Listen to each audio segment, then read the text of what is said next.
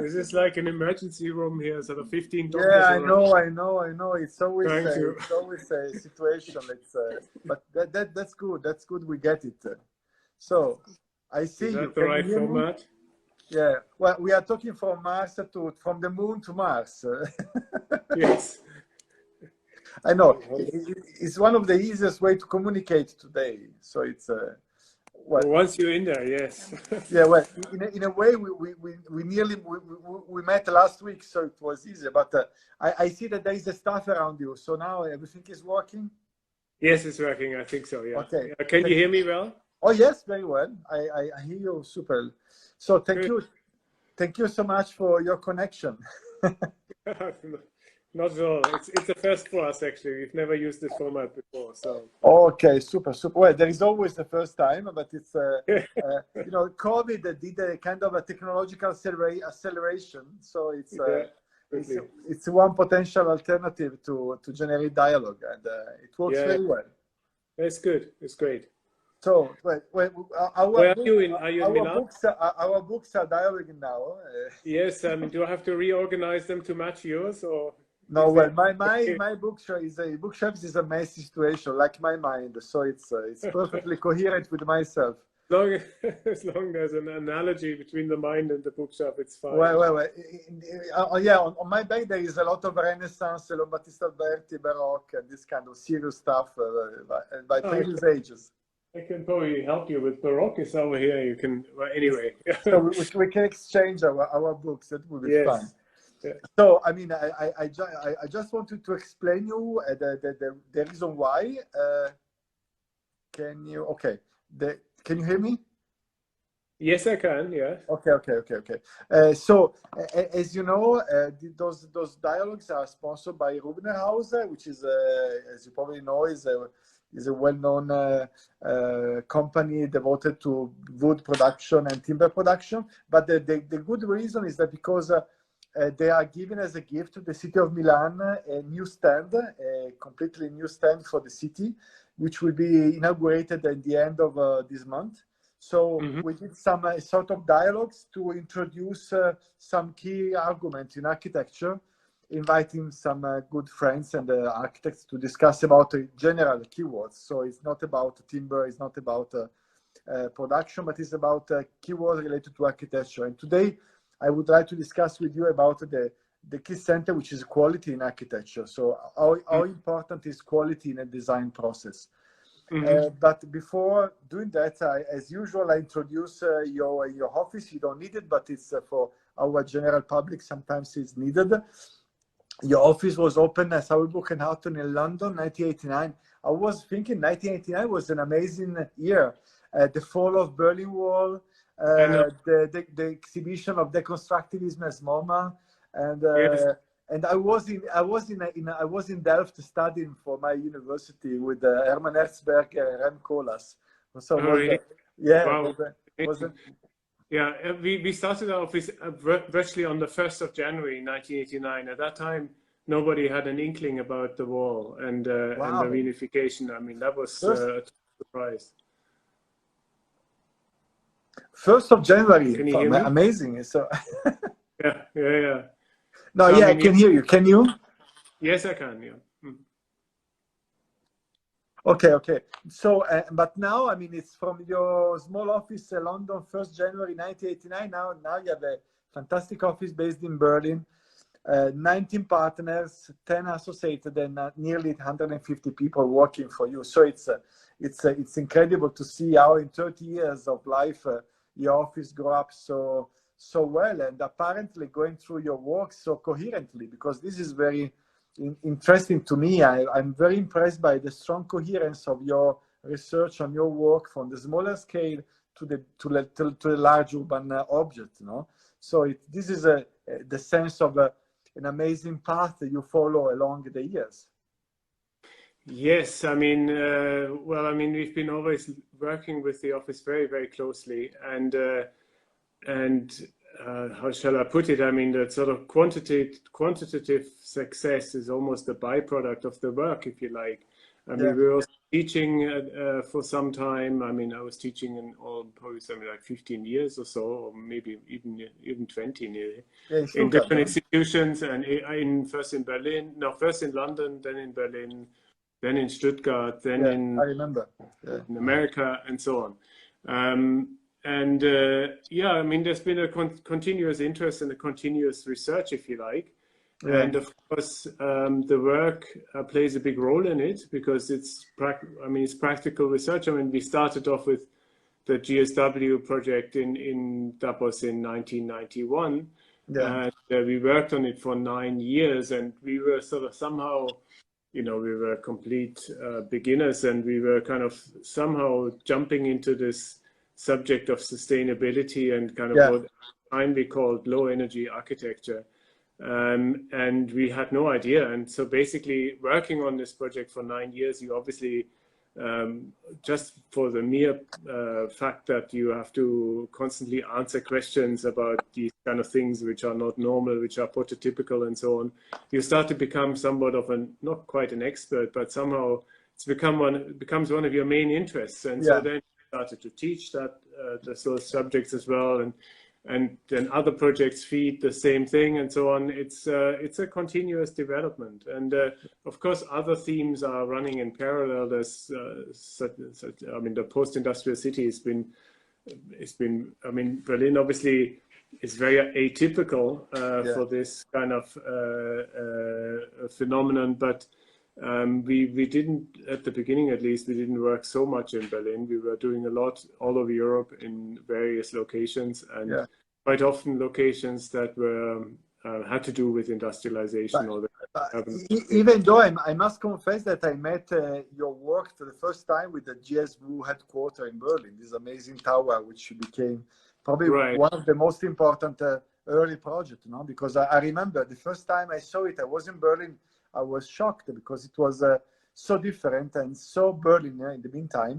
I was very much impressed by the atmospheric quality of the building. The building was breathing and was changing along the day, along the season, and it gave to me the idea of a breathing building. I remember very well the first impression I have it, and it was so different because if you consider the fact that you was born as an office in 1989, which was a period of, let's say, the constructivist dogma. And one of your most interesting essays is Modernity Without Dogma. This idea of being outside of fashion and try to keep an idea of architecture which is melting with the reality, with a high quality and a very warm domesticity, which I think is very important. Yeah, I mean, the Modernity Without Dogma was written obviously at a time at the sort of more or less height of postmodernism, where this kind of historical and anti-modernist kind of sentiment, historicist and anti-modernist sentiment was kind of relatively popular or kind of like normal, and we felt that, particularly if you kind of talk about these issues of sustainability, but also the continuity of the city and so on, the kind of course, learning from the past is definitely an important element, but at the same time, you really have to somehow respond to the existing conditions that you find, and they're obviously so different from, say, the 19th century in the case of Berlin. So, I mean, the GSW Tower, in a way, is responding to these kind of different layers, and is introducing a totally new element to the discussion. And this kind of breathing, as you call it, or kinetic kind of architecture, it was responding to the climatic context as much as it is responding to the urban context. So, I mean, the light, the ventilation, the air, the wind, and so on and so forth become important elements of or parameters, if you like, the design, as important as, say, for example, typological elements like certain heights or certain plans or certain kind of street patterns and so on and so forth. it's interesting what to say, because 2 dialogues ago we had the conversation with Matthias Sauerbruch, Yes. that you know very well, and Yeah. and we had the same discussion about the fact that the sustainability cannot be a style, but it's an attitude, no? So it's an attitude which is social, which is symbolical, which is physical, which is everything, and it's very interesting. It also is changing, I think. I mean, the discussion really is changing, because I mean, at the very beginning we were looking at the situation has changed so rapidly, it's unbelievable. Yeah. At the time we were looking at statistics, and in our calculations, which at the time we were doing together with Arabs actually, the energy that's used to build a building was relatively little in the overall energy consumption of the life cycle of the. So our absolute focus was the operational aspects of buildings. You know, it's like, because if you assume, say, 60 or 70-year life cycle of a building, the majority of the, as a matter of fact, something like 85% of the energy is being consumed through using the building. I mean, through electricity, through ventilation, through whatnot, and maintaining it as well. Yeah. And that changed so much because the regulation, the legal context has changed so much in those 30 years now. Yeah. That's almost a matter of course. I mean, optimized technology.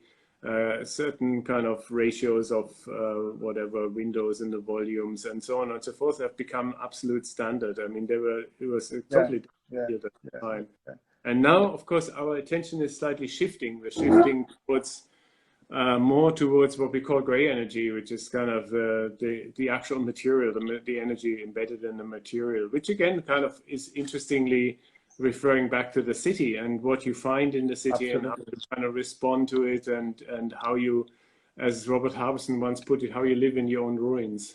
Yeah, I know, you are right, because now in a way we are not consider. I mean, we are now dealing with a real crisis. Climate crisis is not emergency anymore. Is a real, is more dramatic situation. So architecture, which has a specific weight, you know, in the overall production of this energy dispersion, as a role which is very important from politically speaking, also from the cultural point of view. Totally. I mean, if you're watching what's sort of happening around us in terms of environmental changes and climatic changes, it's a little scary, to be honest. And it's obviously wondering what you can do. You know, I mean, how you can obviously not building at all, not doing anything at all.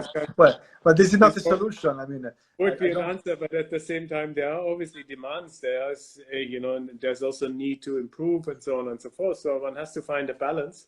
Yeah. And I think some interesting conversations are coming up over, for example, reusing existing buildings and reusing existing materials and so on and so forth. I think that's very interesting, and it's forcing us into another twist, if you like. So considering the life cycle of materials, and probably also that there is a stronger social pressure, which is very good in a way, because people start to be, to be aware about the situation. So even the idea of quality, I was coming to this very basic question of what is for you working with quality when you design a building, when you design a community place. Clearly the environmental issues are part of this idea of quality, but also I like very much the way you design spaces, because every time they are welcoming, you know, they are very warm. They always, you try to design spaces where people can feel good, which is apparently quite banal to say, but it's so rare, because often contemporary architecture is not welcoming at all. So when you work on a specific urban project, what is for you working on the issue of quality in architecture?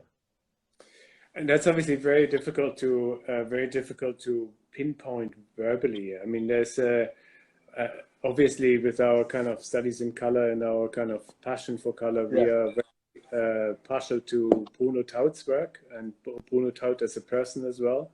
And he wrote a kind of, if you like, a sort of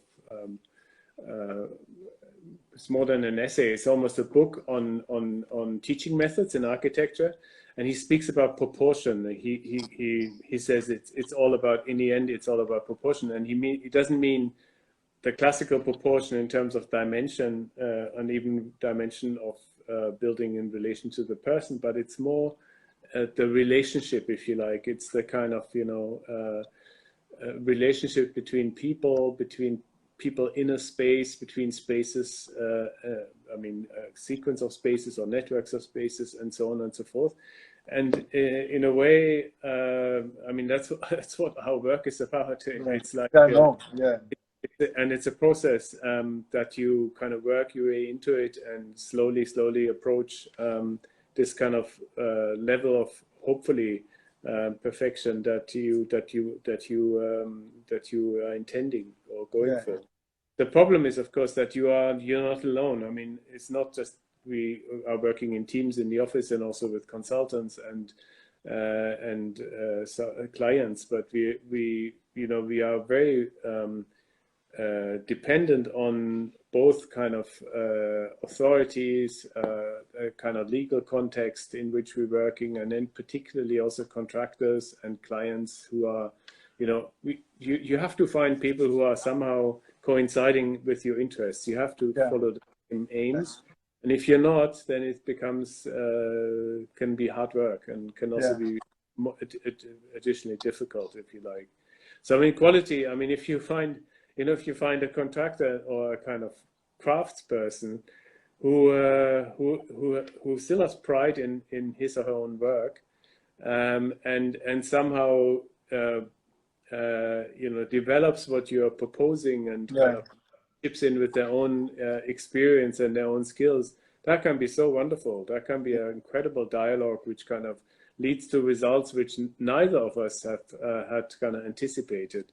And the same goes with clients. I mean, if they have, I mean, for example, we at the moment, you know, the housing is such a huge problem, and really, really difficult to do something that is decent and that is well made and that is good and is affordable.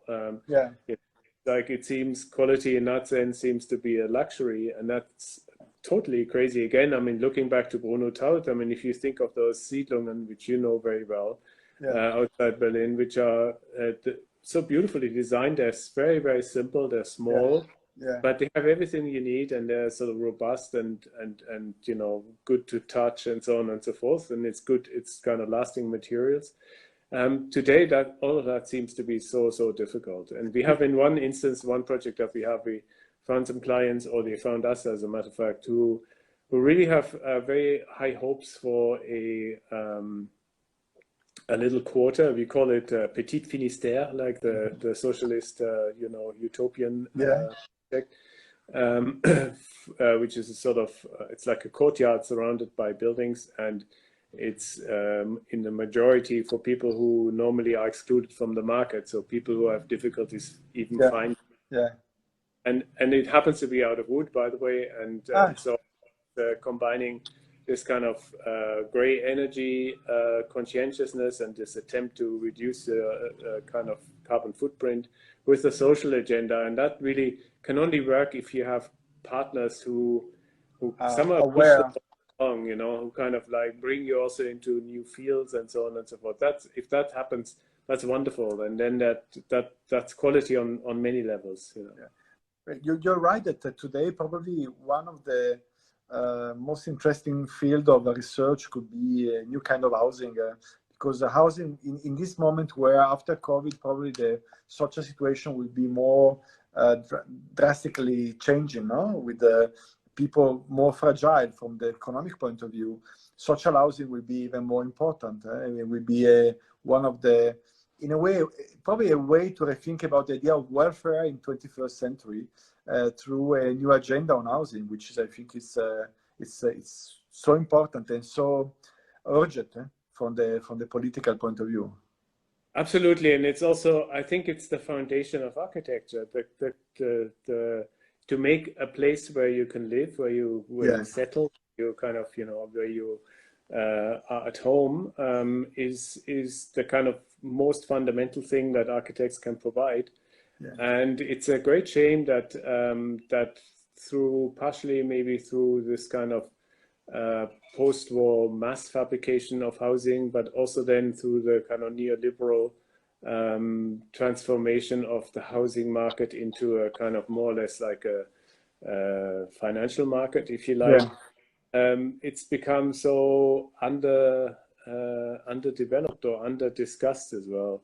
I mean, of course, amongst architects, it is being discussed, but I mean, the scope is so limited, and also the range of options that you have really is limited. So I think it's a little bit of a labor of love, but I think it's absolutely crucial to think about housing and to work with housing and to kind of try and put your energy into it.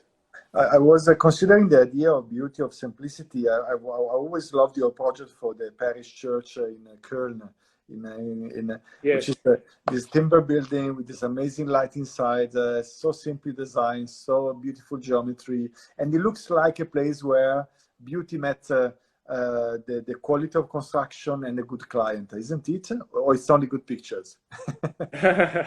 Yeah, yes, lots of Photoshop. No, it is true, actually. As a matter of fact, that was also an example of where the collaboration between architect and client developed a great deal and developed a piece of architecture that none had anticipated. In that, Cologne is approximately, whatever, if you drive, it's maybe like 5 hours or 4.5 hours away from Berlin. And it's Rhineland, which is it's close to France. It's a totally different mentality from the sort of Prussian Berlin. Yeah. And as a matter of fact, the people are they're lovely. They're very kind of humorous and easygoing, and they're Romish, no? They are more Romish, no? Yes, absolutely, affected by the Romans. Yes, and they're Catholic as well. Yeah, so, I know. It's unknown. Yeah. But I mean, they were very, very skeptical when it was a competition, and we won the competition, and they were very skeptical that these guys from Berlin are coming, and it's a very small parish. It's like in a suburb, and it's not very rich, and they were kind of highly suspicious of us. And so we have to slowly kind of work our way into this relationship and kind of find the trust of each other's trust. Absolutely. And then, of course, the money was always a huge problem because they were basically, the reason why they needed a new church was because they had two parishes, two churches, and also two kind of parish halls.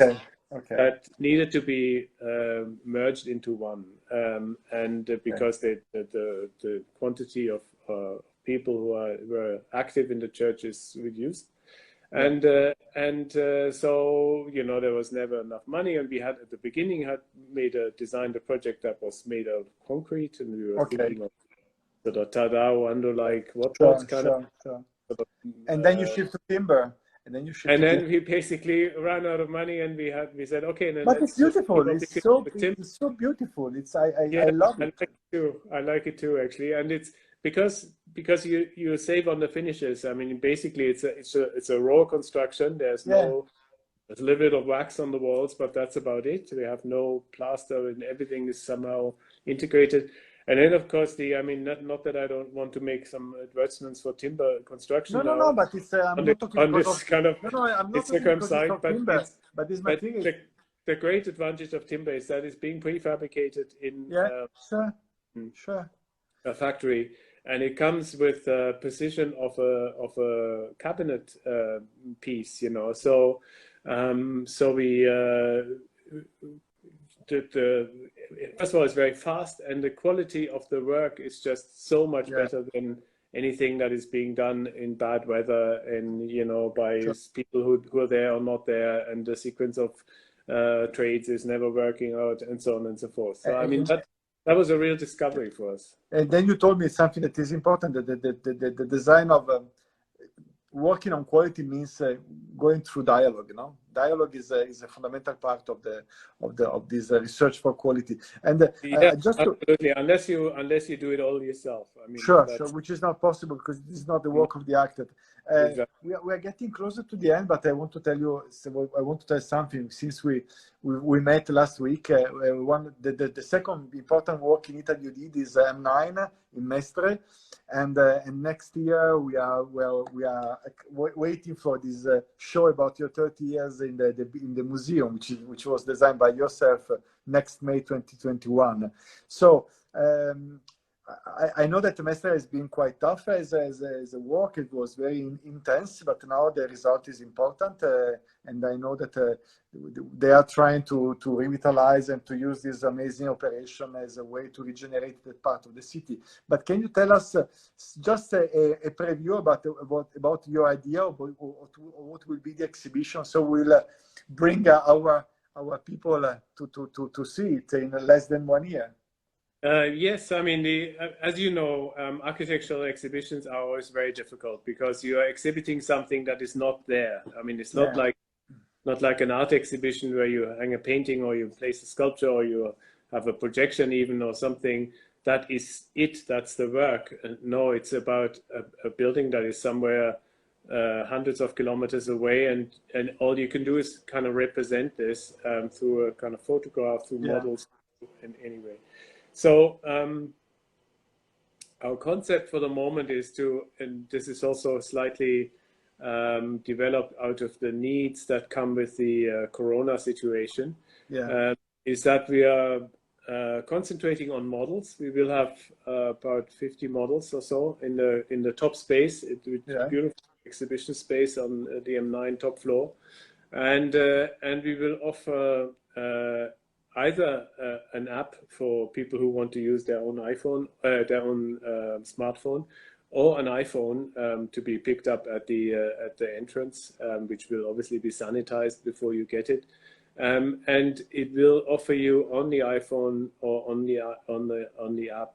It will offer you little stories and little films and little presentations on every project. So there's going to be a little bit like, if you like, it's storytelling. It's there's going to be a little bit of an explanation. It's more than a guided tour. It's more than an audio tour. There's going to be film as well, and so on and so forth. And you can choose your route as you like it. I mean, we will have certain themes that will be explained, but you can also just go and see what what you like and what you will enjoy.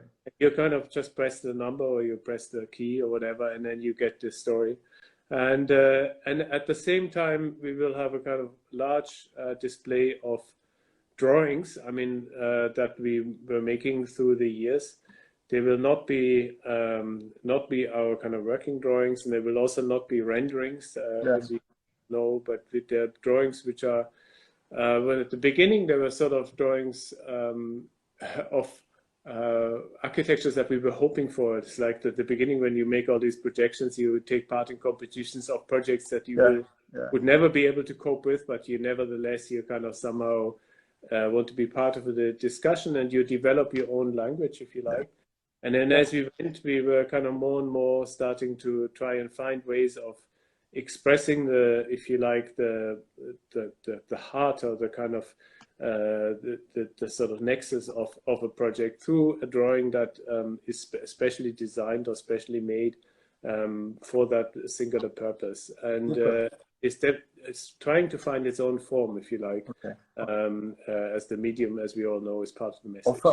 Okay, I think it's fantastic. So we will we'll be super happy to see the exhibition in next May. So I'm very happy. The exhibition will be in Italy first. So it's a yes, we are much looking forward to it. We absolutely love. We've been working in for 7 years, and it wasn't easy at all. But we really like Mestre now. We have really come to like it, and we love to return, and we're much looking forward to this exhibition. Okay. So Matthias, thank you so much for your time. Well, thank you. And I see you soon in Venice, probably. And thank you for everything, and good luck for your work. Okay? Thank you. Thanks. Ciao. Bye-bye. Take care. Bye-bye. Ciao.